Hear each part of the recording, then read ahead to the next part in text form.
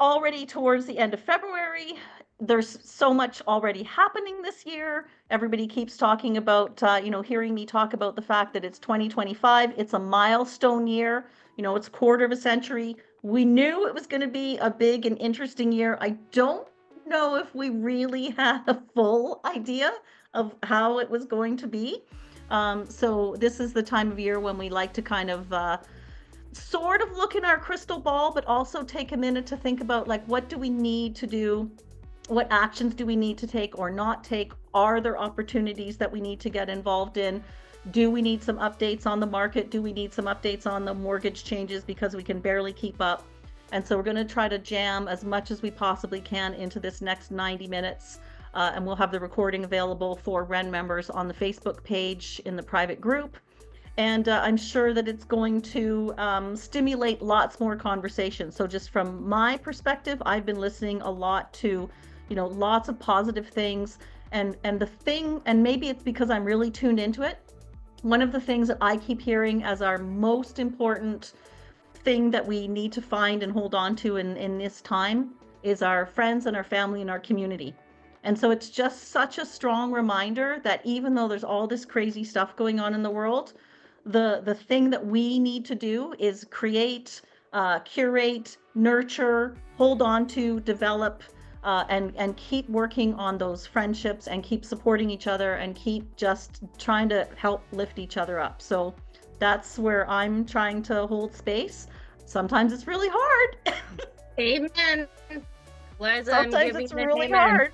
But, that's most important right now. Exactly. Yeah. But we're gonna give that a shot. So with that in mind, I am going to turn it over to Darcy Henneberry. Now, Darcy and I have known each other for, I think we figured it's about 6 or 7 years.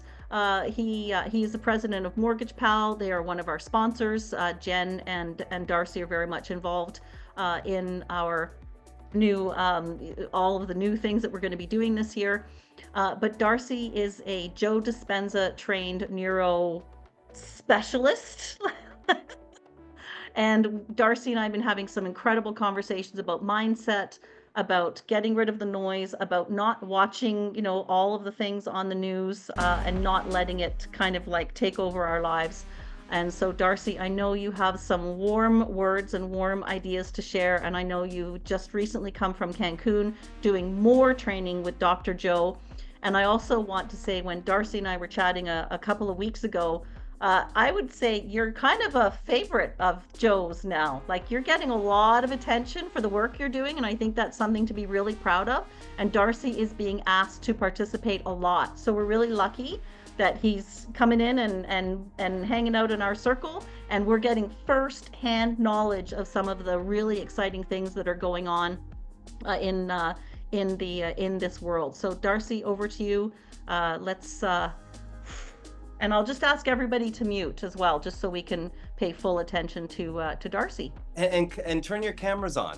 It doesn't matter. Yeah, let's see everybody. Yeah, it's always nice to have some faces to interact with. It's a big help for everyone that'll be presenting throughout the week. And Rose, thank you for turning on your camera. So great to see you. You're one of my favorite. You are my favorite newest human being in my life. Absolutely. Aww. Yeah. I'm just like turning off my oven, so I didn't want the whole world to see that. Baking cookies. I think, Angie, you turned on your camera too. So thank you for doing that. So good to see you as well. Hi, everybody. As Liza said, and thanks, Liza, for having me. My name is Darcy Henneberry. I am a NeuroChange Solutions consultant, trained by Dr. Joe Dispenza. I've also been studying the power of the human mind for the last 5 years, over and above what I've learned from Dr. Joe. And so I like to say that really I specialize in human potential and behavioral change. So that's how you can see me, human potential and behavioral change. Thanks, Miranda. And so what does that mean? Well, I like to help people understand how their brain and body function so that they can shift from reacting to the conditions and the circumstances in all of our environment, right, to creating the outcomes that they really want in their life. And that's absolutely powerful and possible. So What I'd like to talk to everybody about here today, and I'll talk for like the next 15 minutes or so. I'll try to make it brief, and then we'll open up for a quick Q&A.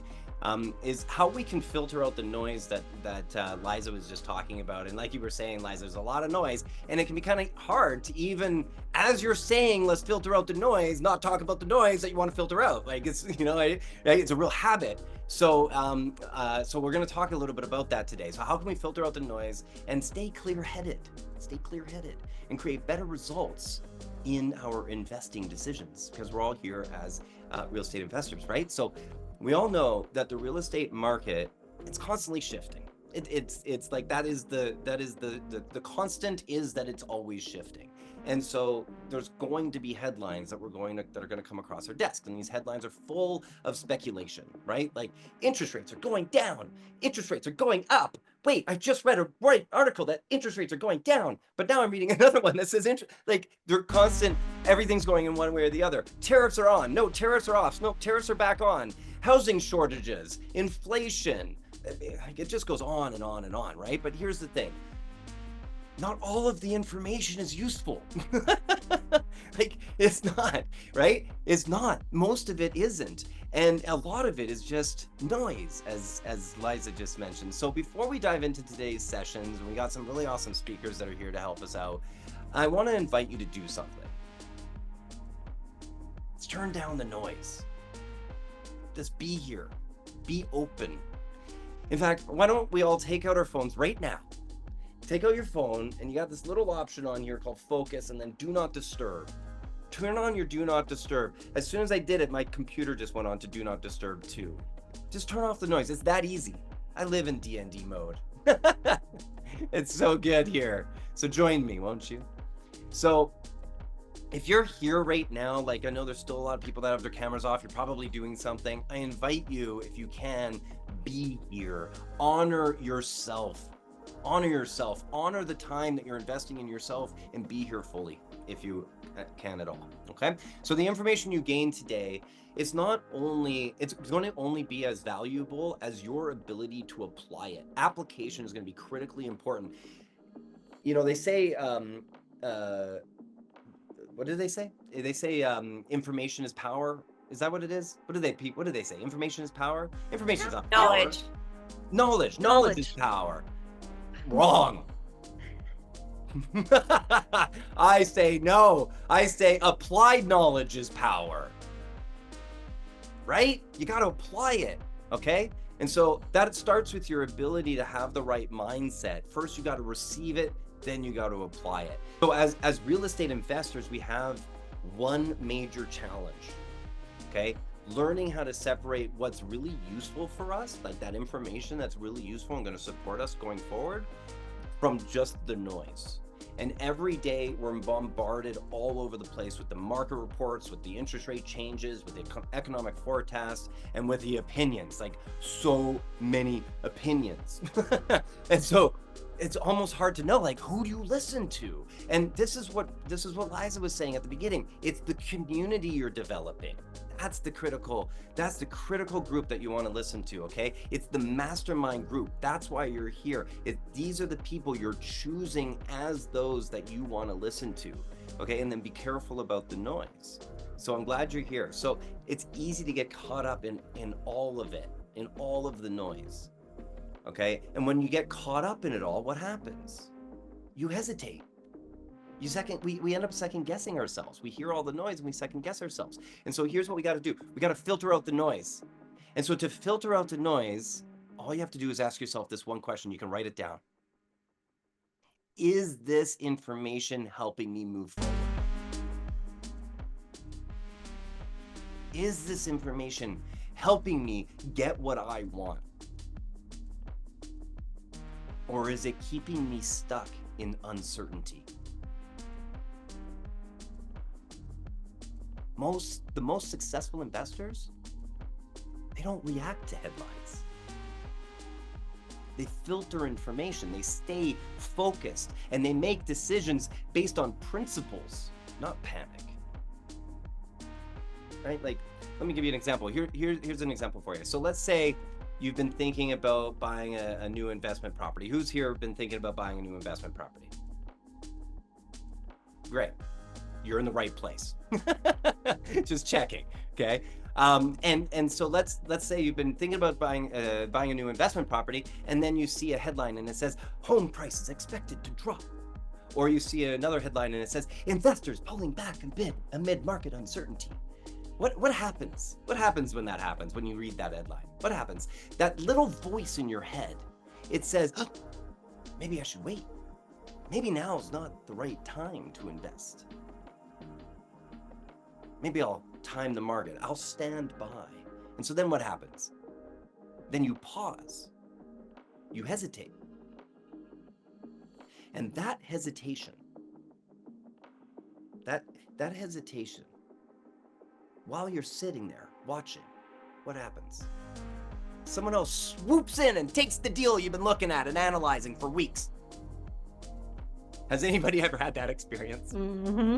Mm-hmm. Yeah, right? This is real, okay? So imagine another investor sees the same headline, probably the one that took your deal, and and instead of hesitating, instead of freezing, they think, how can I use this information to my advantage to get what I want? They dig deeper. They look for opportunities instead of obstacles. And while others wait, they strike. That's the difference. The investor who takes action creates success, while the one who hesitates creates distress. Are you going to let the noise dictate your investing decisions? Is that what you're going to do? Or are you going to rise above your environment? Rise above the noise and stay focused on what you want. So this brings me to another concept, and this I learned directly through Dr. Joe. And so how many people have heard of Dr. Joe before? All right, you've probably heard this statement, okay? Your personality creates your personal reality. And that means that how you think, how you act, and how you feel determines the results that you create in your life. It's pretty simple, okay? So here's what happens. Most people, they don't realize, what they don't realize is if we're not careful, it's not our personality that's creating our personal reality. It's our personal reality, our external circumstances in our life that's creating and influencing our personality. And when that happens, we end up getting stuck. We hesitate. We don't take action. Because at that point, when it's no longer our personality creating our personal reality is influencing and controlling our personality, we become victims to the noise. And we struggle to create anything new because you can't create anything new in that environment. Are you with me still? Does that make sense? Right. Yeah. And so if every time the markets are shifting, which they are always shifting, and you feel stress or worried or you hesitate, that emotional state, that feeling shapes how you think. And how you think shapes the choices you make, which lead to the actions and behaviors that you exhibit, that you demonstrate. And so if you're feeling stressed, you're going to think stressed thoughts, you're going to act in a stressed state. How does somebody act when they're stressed? They hesitate. They make fewer moves.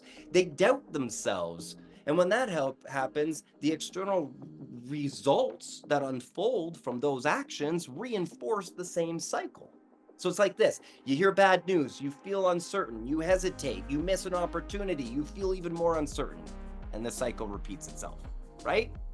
Okay, but here's the key. We can break the cycle. Beautiful. We can break the cycle. Instead of waiting for external conditions to change before we feel confident, we can decide to shift our internal state first. Successful investors, they don't just react to what's happening, they create what's happening. They decide who they're going to be ahead of the external conditions changing. They ask, how do I need to think? How do I need to act? How do I need to feel to create the results that I want? That's what a successful investor does. Who do I need to be to live the life that I want to experience? Okay? Or they might look at the results that somebody else is having that they want, and they might go, how does that person think? How does that person live? How does that person think, act, and feel? And then incorporate that into their state of being. That's what they do, okay? And then they start living that life from the inside out. And that brings me to my next point, your willingness to be open and coachable. And this is so important for this call. The most successful investors, okay, they're not just knowledgeable, and they're not just acting on that knowledge, they're coachable. They don't just hold on to what they've always done. They learn, unlearn, and relearn constantly. There's this author named Alvin Toffler, okay? And I think it was in the 1970s, he wrote this book. He's an author and a futurist, and he wrote a book, and he said I'm trying to remember his quote, sorry. The illiterate of the 21st century are not those that will not be able to read nor write.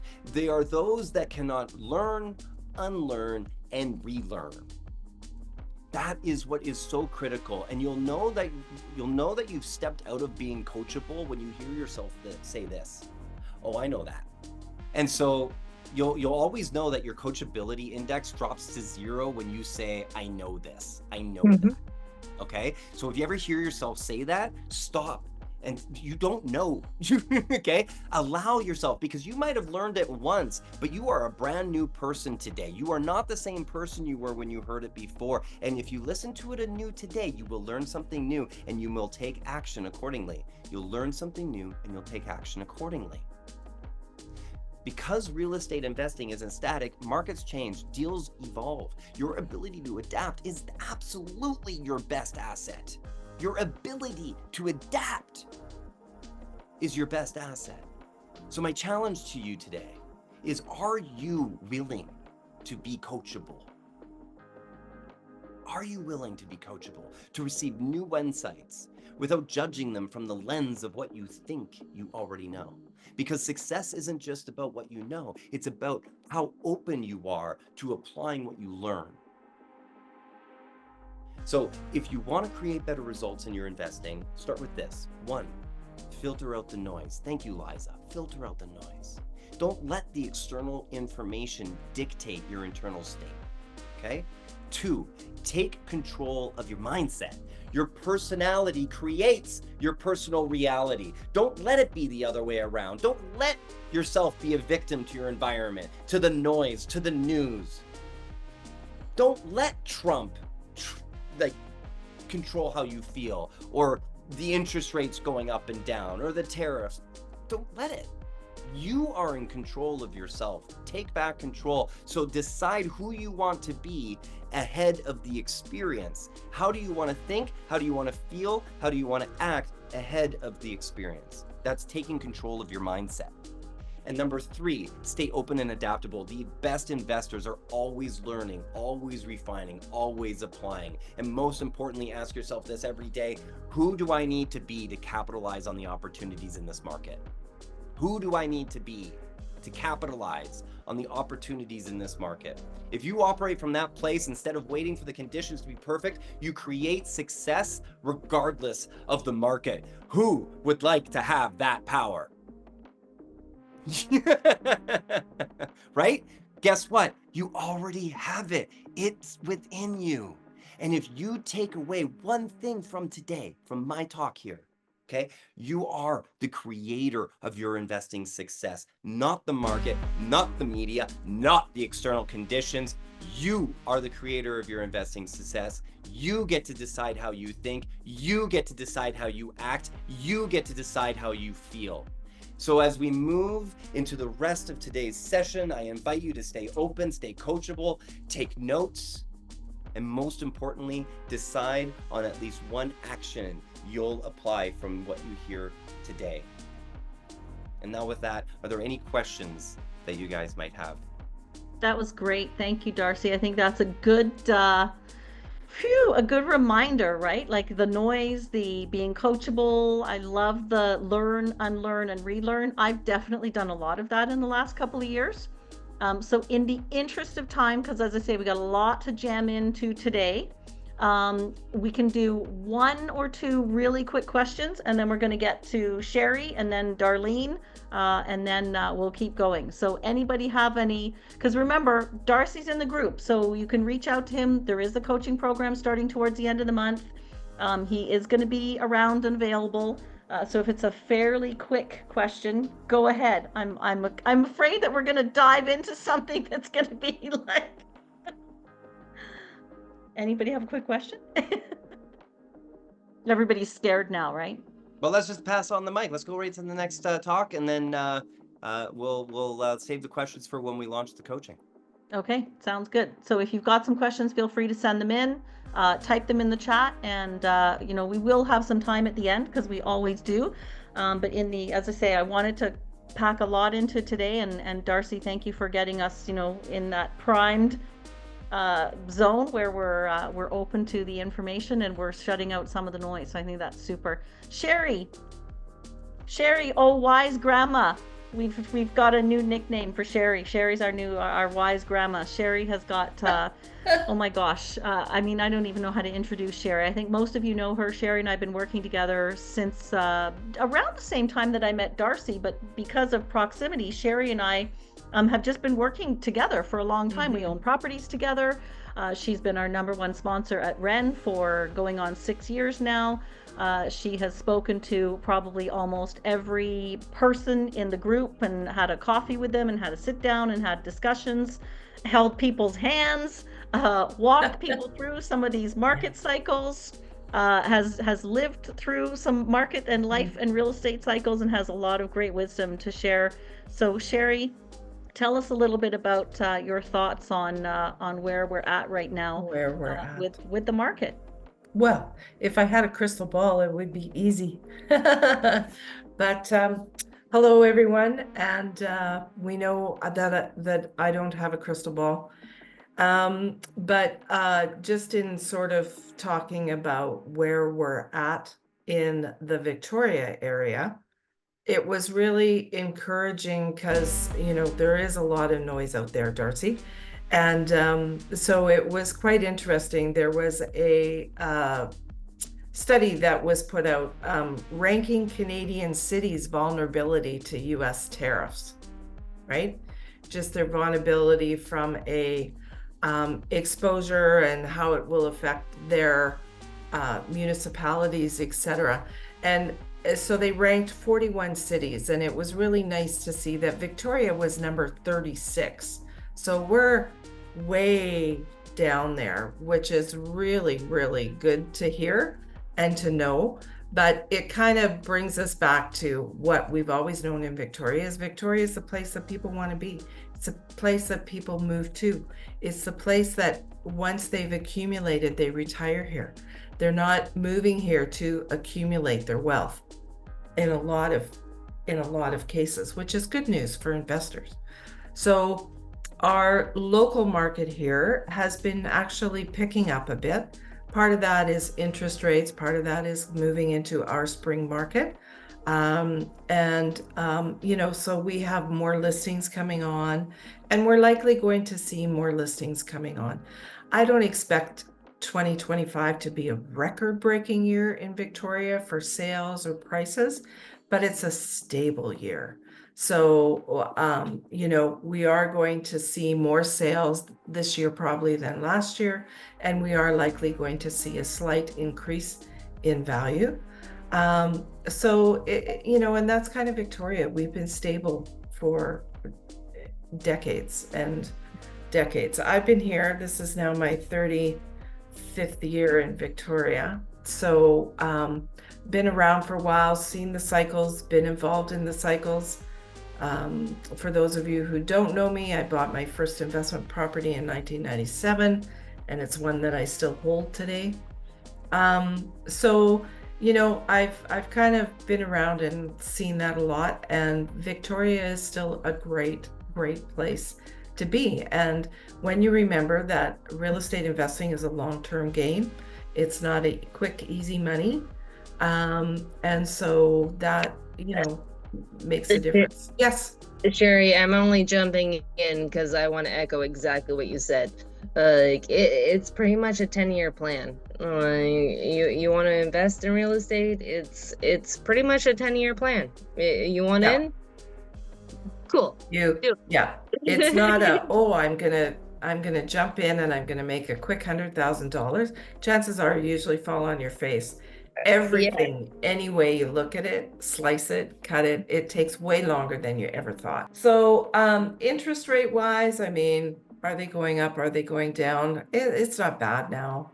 You know, I talk to people, you know, who've had mortgages before at 6%. I mean, the first house that I ever bought in my life was in 1977, and my interest was 6.25. And, you know, interest rates are not that bad. Yes, the prices were lower, but everything has gone up accordingly. And I mean, it's just one of those things that we have to look at. And again, it's an unknown, but I expect that the rates will hold over the next time. I don't know when next they'll come down. It's going to depend on our inflation. And inflation is one of those factors that we have to really watch. Because that affects everything in our housing. The inflation affects people's ability to buy. It affects the prices of building. It affects various things like that. So inflation is kind of key. Just keep your eye on it. And everything else, I'm just glancing over my notes. Yeah, as I had said, our listings are increasing, and part of that is due to, I've gotten quite a few calls from people who are concerned their mortgage is coming up for renewal from when they first bought. So it's their first renewal.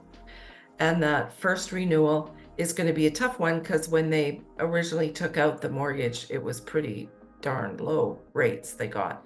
And now, even though our rates have been coming down, they're still higher. So people are getting concerned about, do I keep the property or not? I am still, although I am a realtor and I will gladly sell your investment properties here. Not a problem. But if you don't have to sell, I would have you take another look at why are you selling. And because, you know, if you hang on to it in the long run, it'll always work out okay. But, you know, there are people out there who are going to have to be selling. We are going to see some desperate or fearful sales out there because it's just what people do. And as investors, we need to do the opposite.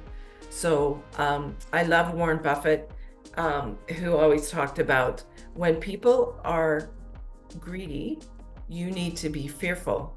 And when people are fearful, you need to be greedy.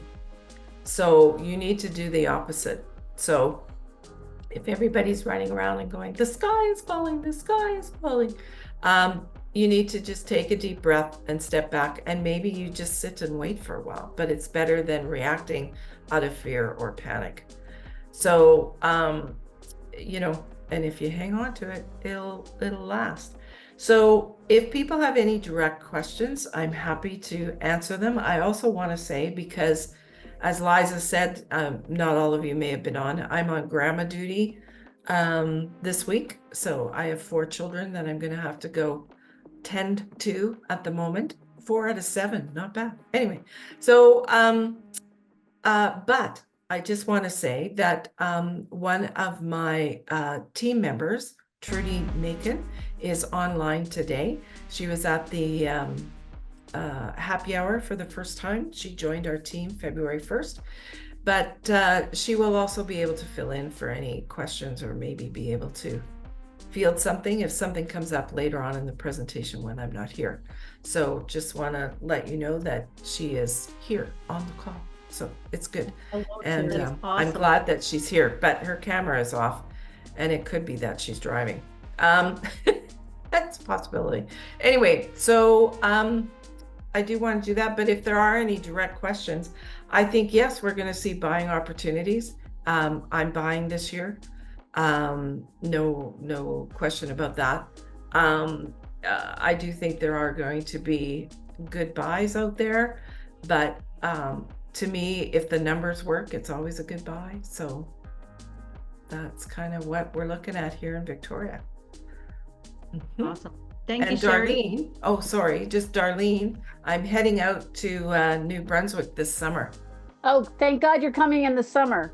Yes. Yes. Now I know. I am coming out to the Maritimes in the summer, so hopefully we'll be able to grab a coffee because I haven't seen you for a few years. Mhm. That will be great. definitely. Yeah, That will be so that'd be great for you good. guys to see each other and catch up. So awesome. Yeah. Cheri, thank you. I think there are a couple of things, first of all, yeah, big welcome to Trudy. Trudy came to Happy Hour last week, and Trudy is an economist. She's worked doing policy in the government, and so it's really interesting to have someone with her knowledge and experience as part of the team now, and I'm going to be chatting with her as we get some time together on making Mhm. sure that we're connecting well with everybody. And yeah, and so Trudy, welcome, and Cheri, as always, thank you. And we'll let you get to your grandma duties. And if people have questions for Cheri, you know that you can easily reach her through me or directly. Okay, so Darlene and I have known each other since we met through Fortune Builders. So for those of you who may not have heard of Fortune Builders is one of the largest real estate coaching programs in the United States. I think at one point they were upwards around 60,000 members. Before COVID, they were doing big conferences in Las Vegas with I don't know how many thousands of people, but they were epic conferences. And Darlene was one of the trainers. Darlene has been giving us mentorship, advice, real estate advice, life advice. She has been involved with WREN since the very beginning. I went out to Moncton and spent some time with her. And one of the things that Darlene and I have been talking about a lot lately is politics. And I have asked Darlene to start chiming in a little bit more, because I think one of the things that, yes, we want to tune out the noise, but we also want to be involved in the political decisions that we need to be involved in. And so we've got to tune out the noise, but we also need to stay involved in some way and get out and vote. And we are probably going to have a federal election coming very soon. And so it's really important to understand who the candidates are, what you're voting for, and where that's going to take us into our future. So Darlene's got a lot of great experience being not only a real estate investor, a realtor, a developer, but also she's been very involved in politics in the East Coast and is getting involved at the federal level. So Darlene, it's always great to see you. I'm always so glad when you're on the call, and I know you're going to be part of the coaching program. And I think just one last thing that I want to say with Darlene is Darlene has just got a certification with Industry Rockstar AI, and we're going to use the Liza Rogers brand as kind of a case study on how to make sure that you're using AI in your business. So we're going to be doing like live updating my personal brand and my business. So that's going to be a really fun thing that we're going to be doing. And there's going to be coaching to get you using AI as well. So lots of opportunities to make sure that you're using it. I use it every day. I still have people saying to me, "Oh, you're using AI? Ew." And I'm like, "Oh my God, people, like, come on, wake up." So Darlene, over to you. Thank you, Liza, and welcome everybody. It's always a pleasure to be part of the group, and appreciate all your kind words. I don't have any crystal ball either. And as you can see, yes, I do wear many hats, as being a candidate in the last federal election, consulting with other provinces and working. So yeah, I'm trying to get out, and I just dug in deeper, but we're not going there.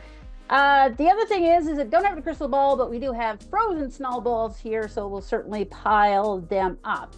Moncton is still, and New Brunswick in general, the place to be. Why are people moving here?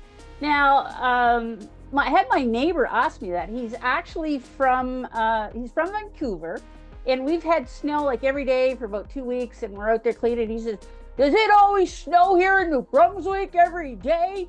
It didn't snow in Vancouver." And I'm like, "Yes, it does, sir. So, put up with it or go back," right? So you can only go from there as we do. We're moving here. People are moving here. Number one is, the affordability of the real estate, the strong economy that we do have. We have a good mixture of urban and small town. So you can have a bit of the city, but you can enjoy the small town atmosphere. We're very friendly. And quality of lifestyle, once people realize that New Brunswick does have internet, you can work from home and everybody's not on top of each other. wow, we are still ranked high up there in the last couple of years, one of the best places to invest. So I just want to show you a little bit, just going to share my screen. I just need to get it on to the right. Oh yes, from the beginning. Someday I'll take those. Someday I think I'll update my, oh, that's a nice one. Swap. Why do I have that? Oh, okay, well, it's not supposed to be blank. Oh, I know why. There it is. Okay, you already know that that's here. I'm also a licensed realtor. Yes, I do wear many hats as we can go. Oops, sorry, forgot to take that out. Just any information. If I can help you on the East Coast with any of your real estate needs, I'm here to help you. So what's been happening out here, Darlene? Well, first of all, this is what's been happening. Oh yes, those are actually from over the weekend. We're just freezing cold out here. The only noise I hear right now is the wind because it's blowing so hard. All I do is I turn up the radio and the music and I just sing louder so I drown it out as it goes through. So what's been happening? Well, here's a little bit of information. Well, we're still a strong market. Overall, we don't have the competition, the bidding wars like we did. Prices are still selling, but they're about 5% under what we're listed in. So we're still very strong. We're not going to see a lot of big increases. And as you can see there, if we kind of compare, you know, they're down 3.5% compared to last year. Right now, you got to be crazy to get us out there looking at a house. We'll wait till the warms up a little bit. New listings are up. We're almost to a balance. No, we're not. We're not balanced. We just can't get to there. That's a little small. I have trouble seeing it. So let's put it a little bigger. So as you can see, right, about 800 new listings added in January for the province, 10% up. So we're still, and that's an average. Now I know that's probably like in BC, it's probably one of your own just communities, let alone anything else. What's happening? So we're a little more balanced, right? So the balance is, it's still a seller's market because there's not enough inventory. Our benchmark, our prices is, yeah, that's 318,000. That's it, guys, that's it. Now it is up about 12%.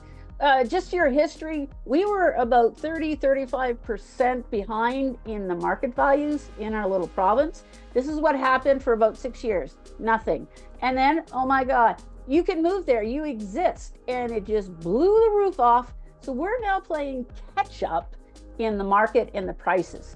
And it's been a great time for people to take advantage if they're looking to sell.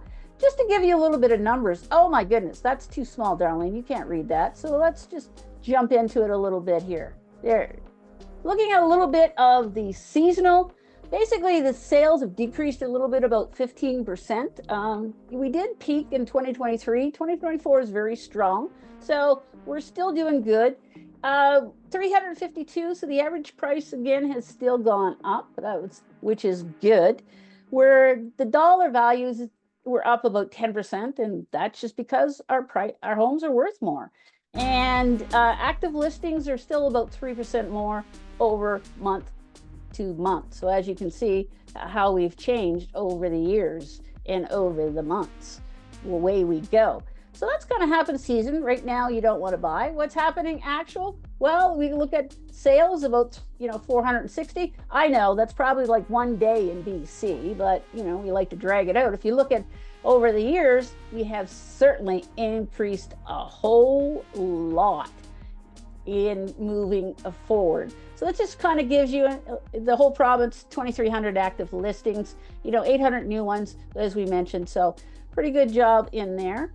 And then we just kind of look at what's happening year to date. So the sales show, a little decrease from January of last year, like 33% down. And that's because what's happening, we're getting less inventory on the market. So we have less product to sell. So what do? The average we look at was, right, 335. So we're still in that threes. Trust me, folks, that was like 250 a couple of years ago. So we've still got some good going active listings. We're still about the same level. At the peak, our inventory turnover was like 0.9%. Right now, we're about 3 months. That's not bad. Still not balanced. There's still not enough inventory. What's happening? First-time homes are the ones that are just flying off the shelves. Not as many bidding wars, but depending on where it is and what's offering, you can get many multiple offers. We're not getting the overbid like we did before. What was happening? All those people from all those other provinces like Ontario were selling their $1 million houses, bringing their cash down, paying cash, and just enjoying. And they had money left over so they could travel to warm places because the weather here is just so bad during the winter. But we do have a lot of construction that's happening, so we're good here. If we look at comparing the year to year, it's good. Sales, new listings, 64% increase. It was 78% compared to the year before. And we're staying strong at a little about 3%. So still a balanced market here, nothing to worry about. We're still going. The property taxes, like some properties literally over the last 3 years, value have doubled. Let me repeat that, have doubled. I was showing a house a few months ago, you know, and 3 years ago it was 500,000. Now it's like 1 million. We're like, wow. Person who sold that house, they made some bucks, and we're having that happening a lot. So overall, if you look at it, the units sold 460. We know about the benchmark, kind of looking at where we're going with that 12% increase. Single family homes, that's still where it's at. That's where most of our market is happening. That's still very, very strong there. And as you can see, the price has gone up a little. Townhouses are starting to be very popular here. And when you see new developments, townhouses is where it is at. So in the city itself, land's getting a little scarce. So we are expanding outwards, right? It's nothing like driving 30 minutes is nothing. That can take you a long distance here, where it takes you, what, 2 blocks in the big cities. So a lot of apartment buildings, the older landlords are getting out of the market. They are literally sort of cashing in, and new investors are buying. They're putting a little bit of renovations into the properties and increasing the rents. And we have never seen so many new apartment buildings, which is crazy. Because remember, our little province was 750,000 people for how many years? We're now up to 869,000. So a lot of it is people from other countries, plus from other provinces across this beautiful country as well. This is the place to be. We do have an airport, so if you don't like, you can just jump on and go where you want to be to warm. Just going to take a few minutes to give you a quick example of multifamilies. This is the place to be. What would be a multifamily example, Darlene? Well, I'm glad you asked. Here, this is a beauty. Look at this. 6 units, only $725,000. That's right, $725,000. This is a 6-unit, 1 bedroom. Rents this is extremely low. Building could use some update, about 4,200 square feet. But this is an example. This is one of the older products. The owner has the building paid for, so it's a cash cow for him. And now he's like, well, you know what? I'm going to take my money and run, which is illiterate. Just to give you a quick example, the rent's about $85,000 is what comes in. And this is just a quick example. Again, just a snapshot to show you some of the prices. You know, taxes, $11,000, insurance, $4,000. You know, mow the lawn and shovel the driveway, water, utilities. So total expenses there, about $30,000. So about a $55,000 operating income. Keep in mind, there's no management fee. There's a small management fee, but that doesn't include any mortgages or things. So that's just a quick example. And one other in Moncton, this is a beautiful 7-unit. So this is more expensive. We made the $1 million mark, folks. 1.1 million, 7 1-bedrooms, and the rent is only $800. I know this was an old kind of motel that they changed into 1-bedroom rentals. The problem we're having, like in most big cities, in little cities, is for the basically low income. So the statistic 60,000. So you can see there's definitely room to make more money there. And just to give you, so what was the purchase price on it? 1.1 million. 1.1 million. Okay. And then there's 7 units. Yeah, this is just to get this is just to give you a snapshot, an idea of what the prices are in example. So I'm not going to go into a lot of details with cap rates and anything, just to give you a snapshot today. So yeah, so taxes 15,000 for this, insurance 4, snow 25, water sewer, common utilities, maintenance 10, 5,000 property managers, total expenses about 44. So, the net income on this one is only about 15,000. Remember, I said the rents were only $800. So again, just a snapshot, an idea of what you need to be, listen, Victoria, beautiful place, but this is where you need to be investing. This is where you need to bring your money. You haven't missed the mark. You did miss some great opportunities, but there's still room. So you can still come here and enjoy the beautiful. So, what's happening here, just quickly to finish up, our 3 major cities all had different MLS systems and rules. We're now moving into one for the whole province, so we're catching up. And right now the demand for semi-detached and high-end condos is increasing a lot. So that's what's happening in here. And basically, what the crystal ball, who knows, interest rates, if they cut a little bit, the executive homes, when we get into 400,000, 500,000, they still sell. They sit a little bit longer. High prices, limited inventory, right? And strong sellers market. That's what's happening in here.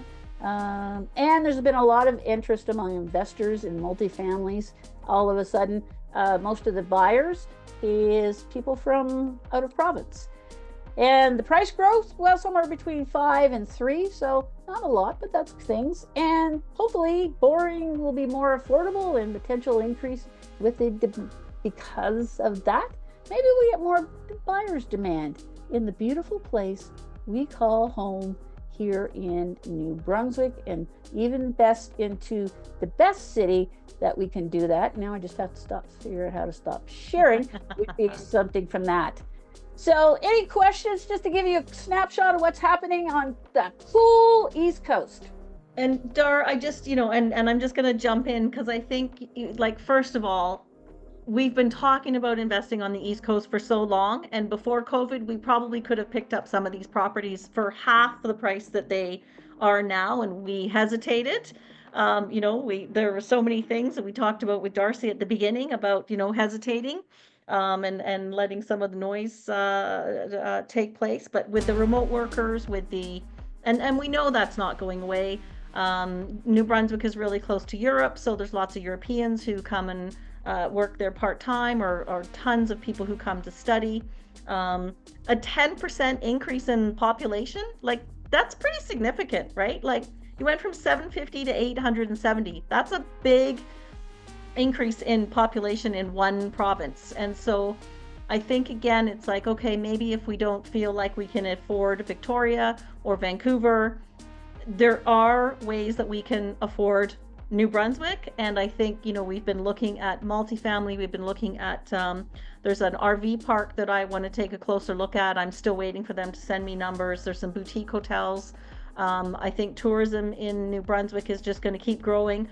Again, especially with where we are in the world right now, so many Canadians are going to decide to travel within their own country, and Europeans are going to be coming to Canada more. So there's I still think there's some real opportunity. So if you've got some questions, pop them in the chat. I know, Darlene, you've got a hard time limit at 5 o'clock. But again, Darlene is always available. She's on the member Facebook page. You can always reach her through me. Darlene and I are talking all the time. We're working on the coaching program that we're rolling out, and we're really excited to use the Liza Rogers brand as a fun way to do the case study with the AI certification that Darlene's got. Darlene is data and systems. Those are the things that she is known for, as you can see by her presentation. So Awesome, Dar. Great to see you. Well, it's beautiful. And I just see today that Halifax has direct flights to Amsterdam by WestJet. So we are seeing a lot of direct flights to number one Paris, but much more in the European market. So you're right. That has been a bonus for us. Very cool. Okay, all right, yay. So with that in mind, what I want to do now is shift things a little bit from property, and I want to get Jen ready. And so Jen is going to give us a little bit of a mortgage update today. I mean, I don't even know where to start with mortgage changes. Like, I don't think any of us can keep up with the changes and the rules. Dar, do you you probably need some power there, Jen. So we'll give you the power. I think I've just given that to you. Yep, make you co-host. There we go. Perfect. Oh, I love the colors. Super fun. So Jen, of course, is part of Mortgage Pal. So Jen and Darcy come together. Now Jen is our local person in Victoria who handles any inquiries for Victoria, Vancouver. And Jen, are you anywhere else that you're handling inquiries for? Is it mostly Vancouver and Victoria? BC, Alberta, and Ontario. Oh my God, that's right. I totally forgot about that. So BC, Alberta, and Ontario. We'll have to get you licensed in New Brunswick. So that when we... Yeah, I know. I know. Liza, we're I'm working actually on that. I've actually that. helped people move to New Brunswick mainly from Ontario and mainly during the pandemics. Well, that is going to be great. So we know that New Brunswick is going to be in our future for sure. So Jen and I have been like meeting while I've been in Mexico, offline, online, but we finally got to meet in person last week at the happy hour. And I think people are just going to really love Jen's energy in the group. She's super enthusiastic, super passionate, super knowledgeable. And I'm going to try to convince her to become our community, one of our community leaders here in Victoria, because she also seems to be really interested in what we're doing with WREN and getting more women and our enlightened men learning to invest in themselves, their health, their wealth, and their businesses. So thanks, Jen. I'm really excited to welcome you to the group. Thanks, Liza. All true. Yes, I'll preface this presentation with an apology. There's a lot of graphs in here, and I made this slide deck as beautifully colorful as possible, just so that you're less likely to fall asleep when you're looking at charts and graphs. But hopefully I'm able to sustain your attention for the next 10 or 15 minutes. Yeah, I'm Jen. Nice to meet you all if I haven't met you yet. I'm with Mortgage Pal, and as I said, we're a brokerage operating in BC, Ontario, and Alberta. And I've been with Mortgage Pal since I began my journey as a mortgage broker in 2017. And before I made the switch to mortgage brokering, I was a nonprofit warrior, raising funds for several different charitable organizations, the most recent being the Alberta Children's Hospital Foundation. But with all that charity work comes eventually a little burnout, and I knew there had to be more to life than that. And my good friend here, Darcy, convinced me that I might be good at this mortgage brokering thing. So after hemming and hawing for about 2 years, I finally made the leap. And it's been the best decision I ever made.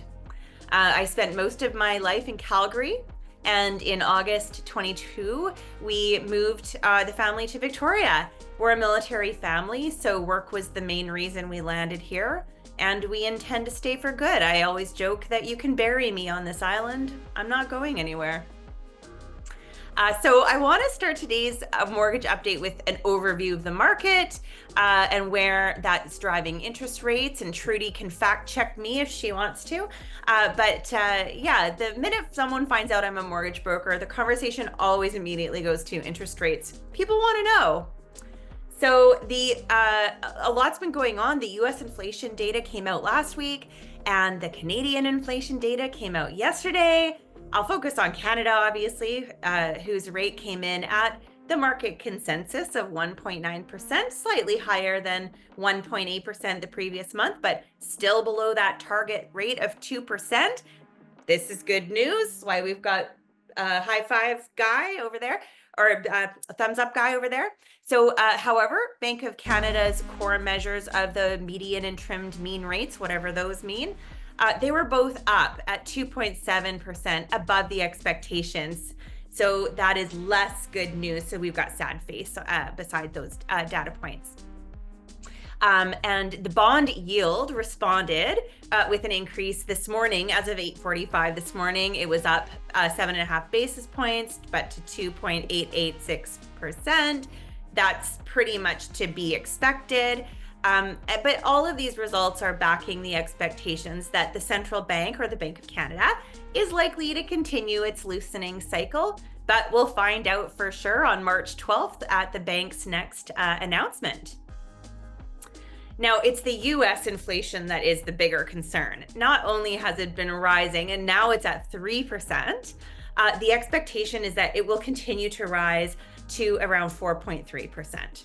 So if this happens, there may be upward pressure on inflation in Canada, and the US will be strongly considering raising their Fed fund rates. Canada inflation is below 2%, good. US inflation is at 3%, less good. But you know, we're continuing to monitor things. Now, this big talk about drill baby drill in the US, can oil prices save US inflation? Short answer is maybe. So the drill baby drill may help the US inflation come down and therefore lower those yields on the US 10-year Treasury. It's partly what the new US Treasury Secretary is relying on.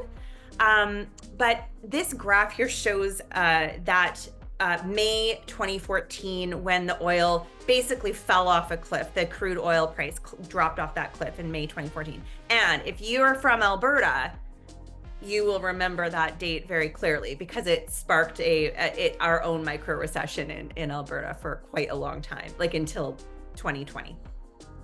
But as you can see here too, the US inflation subsequently fell to 0% in 2015. So was that a correlation? Was it causation?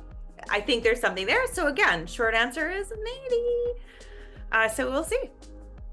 Okay, so now to the Bank of Canada. The primary tool they use to control inflation is the so-called policy interest rate.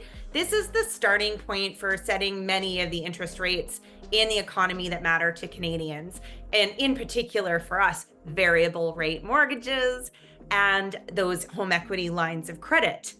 They are priced on that overnight lending rate by the Bank of Canada. So this just shows those interest rate adjustments over the last, the last year, but more specifically, the last 6 meetings. They did cut their interest rates, and the last meeting was on January 29th. They lowered their rate by another 25 basis points. They'll be meeting again March 12th, as I mentioned. So we'll see if another rate cut is in the cards. Now, the Government of Canada bond yields were in range bound last week. So as expected, we did see fixed rates start to come down a little bit as they are priced on those yields. We might see them come up a bit in the very near future, given the most recent inflation data. Variable mortgage rate discounts were unchanged. So I continue to think that those Bank of Canada rate cuts are still in our future. And unlike in the US, inflation in Canada is within the normal range. So that gives the bank the flexibility to enact some more rate cuts to offset those trade war headwinds if that comes to pass. But I expect that it will continue to do just that over the near term. Okay, no more graphs, I promise. We're done with graphs. Okay, so what are the rates then? So I'll start in the different categories. So we'll start with insured. That's if you're buying a home with max purchase price just under 1.5 million, you're putting less than 20% down, and the property is going to be owner occupied. So that's the basic insured criteria. We're seeing fixed rates starting at about 409. Variable rates are around 0.95% off the prime rate. If we go to insurable, we're still looking at a max purchase price of just under 1.5 mil, but now we have at least 20% down payment. The property can be owner occupied, or it can be a rental with a minimum up to 4 units in the property. So we're seeing fixed rates at around 4.24. Variable rates are coming in at prime less 0.6%. Now, uninsurables for everybody else in the prime lending world. So no restriction on purchase price, minimum down payment of 20%, could be a rental, could be owner occupied, and you can extend the amortization up to 30 years. So rates are going to be a little bit higher because they're uninsurable. So fixed rates are around 4.5, variable rates are around prime less half. And then we're going to factor in maybe some premiums if it's a rental property or if we have to extend the amortization. So it can go up a little bit from there. Now, I've included alternative lending and private lending because we're real estate investors here. So that means that while we're probably not going to qualify as an insured product, if maybe more than once or twice, and insurable mortgages we tend to not qualify for fairly quickly as well. But as soon as you start to build more doors into that portfolio, you're probably going to have a hard time qualifying on the prime lending side at all. So that's when we start to take a look more at alternative lending scenarios for our real estate investments. So alternative lending, or what we call the B lenders, those rates are starting at 5%, depending on the file, how it's structured. You're going to be factoring a lender fee of 1% typically. We're looking at usually 1 to 3 fixed terms, and they can actually go up to 40-year amortization. So that can be really helpful to lower that monthly mortgage payment to allow that cash flow to increase. If we're looking at private lending, those rates are going to be starting at around 7%. We're usually looking at a minimum 2% lender fee. And the lender gives you the honor of paying their legal fees in addition to your own. So yeah, it's a little bit more expensive to set up, but obviously way more flexibility in terms of what they're able to do. They typically will also offer interest-only payments. Some of them will go up to a 40-year amortization. And with both of those lending pools, we would be looking at, those are just the very bare minimum starting rates. They just go up from there depending on how the file is structured. All right, so at the end of the last year, the federal government announced some new programs and also changes to current mortgage programs that are really designed to increase affordability in the more expensive housing markets, along with incentives to increase the supply in Canada. So I'll quickly go over those. The first one is increasing insured mortgages from that cap from 1 million up to 1.5 million. So this allows buyers to access insured products in more expensive urban centers like Victoria, Lower Mainland, or Southern Ontario. The key benefit here is less upfront capital required to make that purchase. So before, if you wanted to buy a $1 million property, you had to have a minimum $200,000 down payment. Now you can put as little down as $75,000. And if you go up to just under 1.5 million, you would need a minimum down payment of $125,000. Whereas before it would have required a $300,000 down payment. So a lot less to just get into that type of purchase. And then also for first-time home buyers, they've extended the amortization for insured products up to 30 years. That's allowing people to get into the market with maybe a smaller budget. And they're also going to extend the amortization for insured purchases on any new builds. So if you have a pre-build and you're going to be putting less than 20% down on that one, you can extend the amortization to 30 years, which will bring your monthly payments down as well. And then there was also some changes to the home buyers plan. That's where a first-time buyer can access their RRSPs to put toward the down payment. They increased that that max from $35,000 per person up to $60,000 per person. So again, that's going to allow people a more sizable down payment from their RRSP funds for those increasingly expensive homes in Canada. Now, the program I'm most excited about is the new secondary suite refinance program that launched in January this year. This could be a game changer for Canadian homeowners that are looking to maximize their property's potential and increase the number of rental units in the market.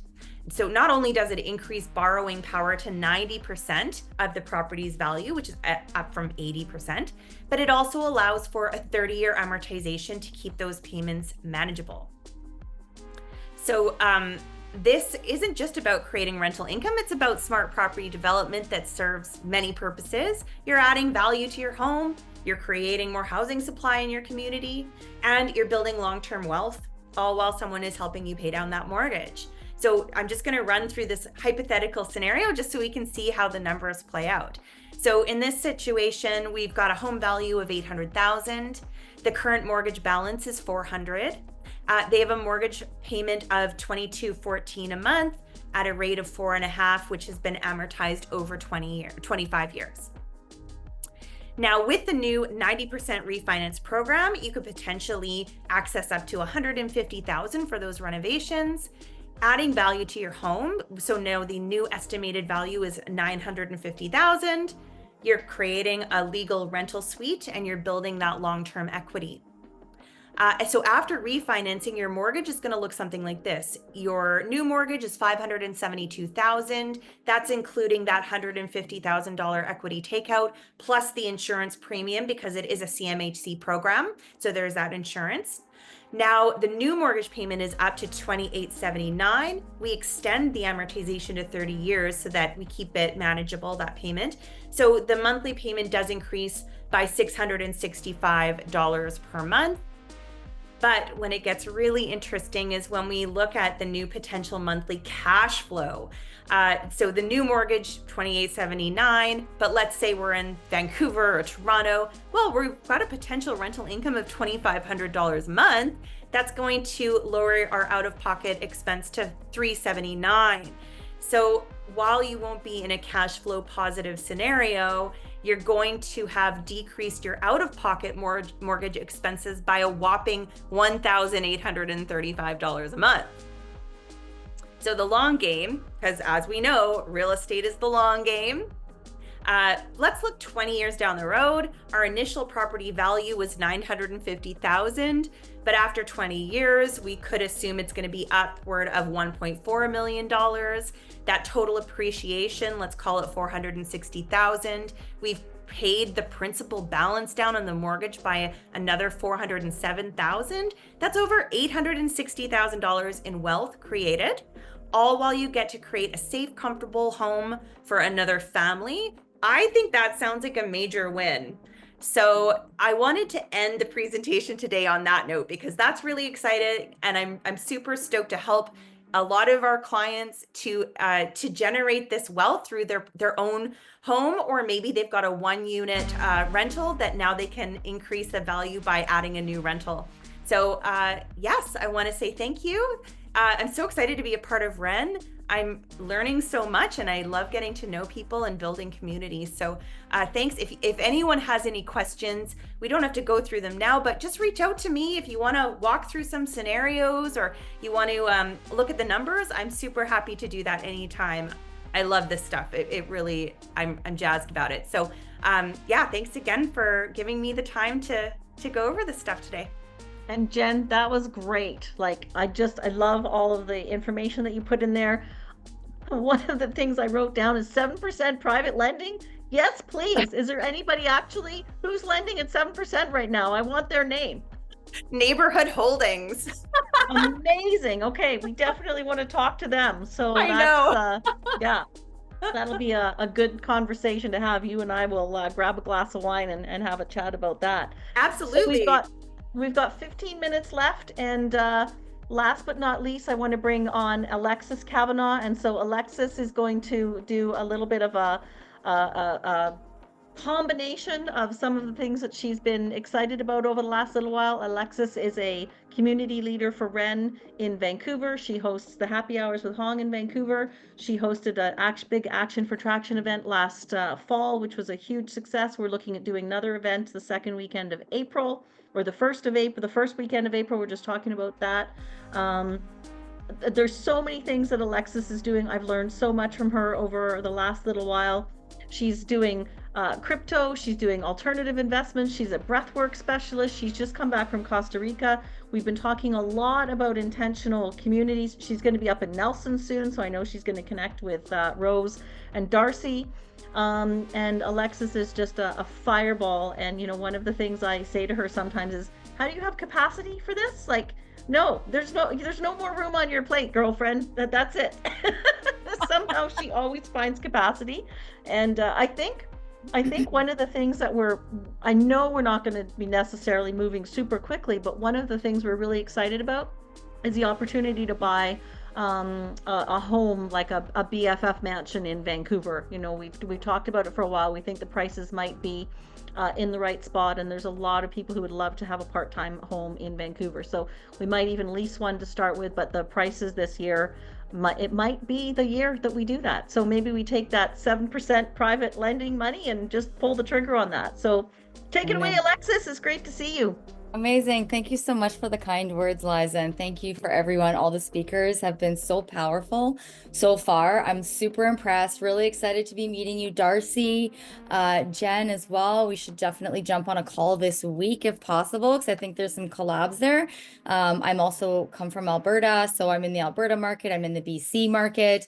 And then I'm, going to be doing a conscious community acquisition out in the Nelson area too.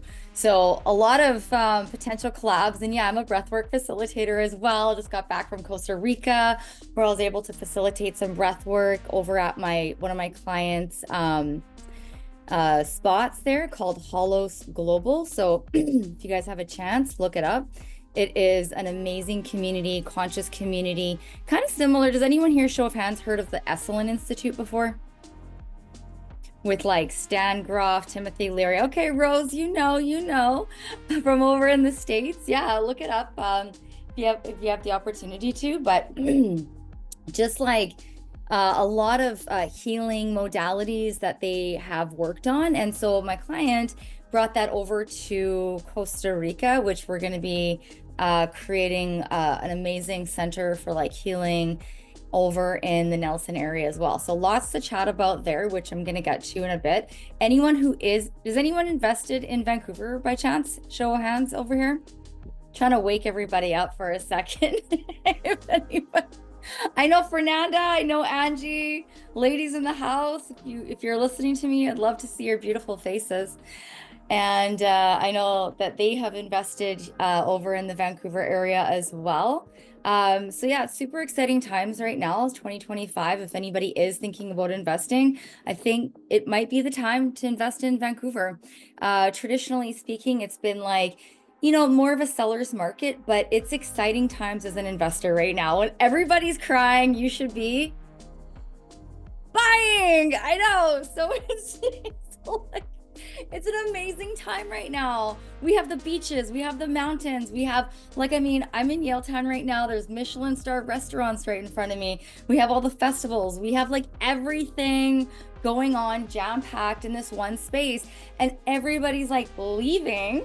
And now there's lots of these listings hitting the market. I think it's up like 49%, and a lot of them are condos. And I know there's a lot of talk about like why there's so many condos.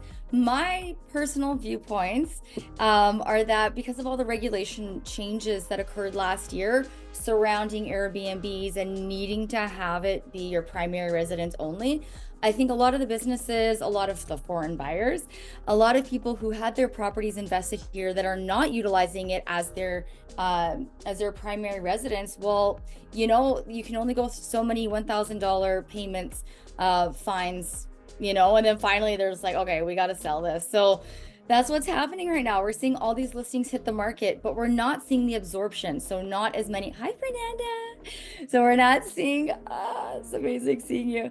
Not seeing everybody absorb or take the inventory that's coming on the market right now.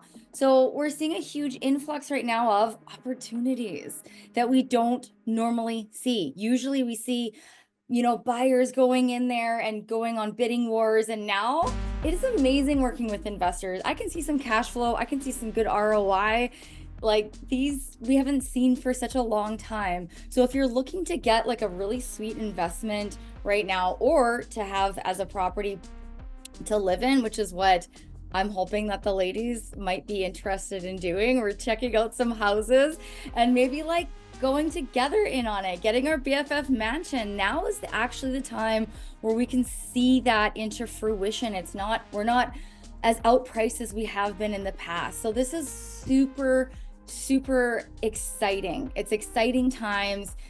Even though everybody, like, there's all this boohoo news right now going on saying like the market's deflated. I mean, as an investor though, these are times that we should actually be like, let's zone in and have a look at some stuff, you know? So I'm taking my ladies out there, anyone who's interested in like just at least having a look, whether it's a pre-sale. I know some people on this call right now invested in some pre-sales, myself included. A lot of the developers are just like super hungry. So if you don't have your financing ready, I'm also looking at creative strategies as well. If anyone's ever heard of like AFSs, you know, agreement for sale. So right now, like I'm knocking on those doors on those terminated. So seeing if we can do any like acquisitions and get some deals on the go right now, do some creative strategies that us Albertans know, but not a lot of the BC, you know, the BC market just hasn't there was never a demand for these types of creative strategies. So right now I'm taking a lot of my Alberta strategies and we're like infiltrating into the market, but this is where millionaires are made. So that's a little bit about the BC market. I did have a little bit on, I do a little bit of crypto as well. Has anyone here ever invested in crypto or like curious about it at all? Okay, I do have a conscious crypto community. A little bit about me, like I'm really in like the conscious communities, conscious spaces. And I do also a lot of Joe Dispenza as well, Darcy. So like I am obsessed. And that's also like what I facilitate. A lot of the breath work, the meditation is around the Joe Dispenza work. So we're all gonna get along just fine. So part of my conscious communities is the conscious crypto. I just had our very first in-person meetup. I had a couple WREN members there as well. I would literally had just flown back from Costa Rica, and the day after I was like hitting up the conscious crypto vibes. And so we had our very first in-person meeting. One of the things that I spoke about there is going to be around different types of ownership in investing. So I know like a lot of people, I'm just going to take over the share here for a second. I know a lot of the, can you guys see it? Just loading. Okay. I know a lot of the people were a little bit, you know, hesitant before in the past around investing in crypto. But, you know, I'm a huge advocate on education. I'm a huge advocate on learning before making assumptions. Yeah, so I spoke a little bit about the market already. Like the biggest things right now is that, yeah, we're seeing, you know, a huge influx of the listings right now. There's prices that are dropping. Like I was actually just looking online. There was a listing that hit the market downtown Vancouver, 1 bedroom, not even a studio, $399. So it's nice. It's a 1996. It has a solarium. It has a 1 bedroom. So if you guys want some deals, hit me up. I've got lots of them, and I love. A leasehold? No, it's a freehold. Wow, that's so very many interesting. Condos have went up 49%. So there's a lot of listings on the market right now, and it's just not getting eaten up. So Post it in the WREN Facebook page. I'd love to have a look at it. Sure. Yeah, I think I was looking at it as we were kind of chit-chatting here. So the biggest thing right now is that with the crypto, there's more and more opportunity hitting the market right now for us to basically take our crypto, because we're in the middle of a bull market right now. For those of you who do or do not know what bull market or bear markets are, we were in a bear market for the last few years, several years.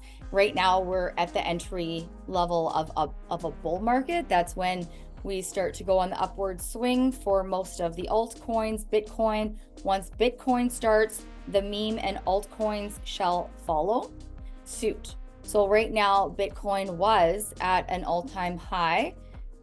It has since dipped a bit. We're really curious to see where it's going to go. There was talks yesterday, you know, where if we're going to have a bearish divergence, or if perhaps we're going to hit the ground running again. We'll see. We'll see. I'm not going to get into that. If you're curious to understand more about the words that I'm using and a little bit more around crypto, please, I will put my group in the chat. It's a WhatsApp, and we do meet on Mondays. Also, Liza has in the WREN newsletter as well on her website how to access my group. So the really interesting thing right now is exploring how you can do acquisitions utilizing your crypto here and also in global markets. So you can do everything from purchasing from using your Bitcoin with your Ethereum. We have smart contracts. Smart contracts are definitely high-level contracts, which help for your security and ease of the transaction itself to be able to purchase the property on the blockchain. So there's an added level of security using a smart contract. I'm not going to go too much into detail on the verbiage and all of this, but just like a nice overview. And then if you come to my meeting, I can go more into detail. And then we're also going to be using tokenized real estate and making it a lot more accessible. One of the places that I went to in Costa Rica, I'm going to get to it in just a little bit, is called Yoko Village. You can purchase properties directly using your Bitcoin or in your cryptocurrency. I believe that you can use other forms of coins as well, depending on what coins that you're heavier into. But usually Ethereum, Solana, Bitcoin are like the top coins that you can use to purchase things. There's even an app. I was actually at a party on the weekend at this mansion party, and there's this fella there's like these Bitcoin guys here in Vancouver that have tons of Bitcoin, and they have these Bitcoin parties, but they have an app that you can see all of the places that you can purchase things from directly using your Bitcoin. Pretty interesting. Restaurants, stores, things like that. But now it's real estate. And so, yeah, buying properties using your Bitcoins and stable coins. A lot of the developers as well are really trying to capitalize on this. I don't think that it will be too far off until we start seeing it, especially in Vancouver. You know, we're the bigger city and really ahead of the curveball, a lot of Asian influence. And I think that purchasing or at least getting, the deposits in place using Bitcoin is starting to take over in the Vancouver market. And then also crypto-backed mortgages. I don't know, you guys, if you've heard of the crypto-backed mortgages. That's not my area of expertise at all. But I've heard that they do have that. And then also tokenized real estate for fractional ownership. Anyone here heard of fractional ownership before? Few? Okay. Yeah, it's really big in Europe, and I know like in Whistler they also have more of the quarterly shares. You might have heard that as well. But it's when a lot of people will pool together and they will have a specific portion of the overall property, and it's fractional ownership. So you can do that in a tokenized fashion. And also a new one is going to be rental payments. So being able to pay for your rent using crypto. And also some things just to take note of is getting on it, working with some crypto friendly lawyers, people who understand the ins and the outs. I've spoken with quite a few here. And then also in when I was in Costa Rica, as fun as my social media made it look, and don't get me wrong, I had a blast. I had a lot of fun. I was also there doing some work, you guys. So there was a lot of people that I got in touch with to create and foster a power team down there of other, conscious investors, but also people who are in the crypto space, so that they understand kind of the direction that we're going with digital assets without borders. One of my biggest passions is also being able to liberate people, and that's really done through digital assets. I do think that it's not going anywhere. So the faster we can kind of get a handle on it and understand it a bit more, the better decisions that we can make. And then, lack of traditional types of financing. And so the last thing is just going to be on, educating yourself, and the last part was just on my community. So I'm going to pop my community into the chat. So at least this way you guys have it. If you're curious to know more about the Yoko Village site that you can purchase crypto on. And keep in mind, you guys, in Costa Rica, it's only 15% capital gains tax, as opposed to 50+% here in Canada. So exciting things that we also discuss in my meeting, but I'm really about merging the two together, just capitalizing on this market that we have in Vancouver and seeing how we can all win and rise together. That's me.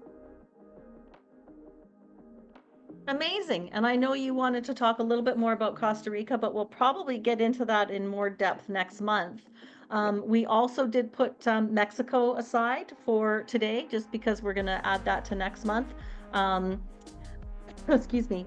Shasta had a last-minute client call for a big meeting, so she couldn't make it today anyway. So it works out okay, because it ended up that we had so many things to talk about. And so we've gone about 5 minutes over, which I really appreciate everybody who stayed. I know we usually finish right on time, but I think all of the information that we had today was so important. You know, resetting our mind, getting rid of the noise, hearing about that there, I think loud and clear, we hear that there are still opportunities. We still need to take action if that action means for us learning, relearning, unlearning, relearning again. I think that's what a lot of people are going to be doing. So I just want to remind everyone really quickly, if you're trying to figure out what's going on with WREN, the best way to find out is on the new calendar. So it is still quite new to us, so please feel free to pop in there. Check it out. Let us know if there are any links that are broken, and we really do want to share our partner events. So you'll see, if you click on event types, you'll see partner events. So for example, if we click on partner events, you'll see Alexis's Crypto Vibes Tribe and her Renting to Riches that she's got going on as well. So you can see all of the things that we've got. We're happy to put more on there. There's the Wednesdays, which has what's going on every Wednesday. And so there's lots happening. I just want to thank everyone for their time today. I want to thank all of our presenters for all of the amazing information. I think it's just so important. We said it at the beginning. It's so important at this point in time to get rid of the noise, build your relationships, build your community, keep taking action, keep taking a step forward. Sometimes taking a step forward means, taking a step back as well. And Alexis, what do we call that? The cha-cha? One step forward, 2 steps back. So we're still dancing. So that's, I think it's really important to keep doing that. So we will see you at the next event. Next week is Members Connect. So for those of you who haven't been on a Members Connect, it's much less of presentation and much more conversation. So lots of good time for Q&A, lots of good opportunity to ask some questions, talk about what we're struggling with, what we're succeeding with, if we saw something remarkable that we want to share, if we had an experience that we want everybody to run from. Love the whole crypto conversation, the blockchain conversation at Pacific West, which I think many of you know I've been involved in as an MC for the last 2 years, and that's been a big part of their conversation as well, as the whole blockchain smart contract and how it's really going to be taking over a big part of the real estate world in the next few years. So it's exciting times ahead.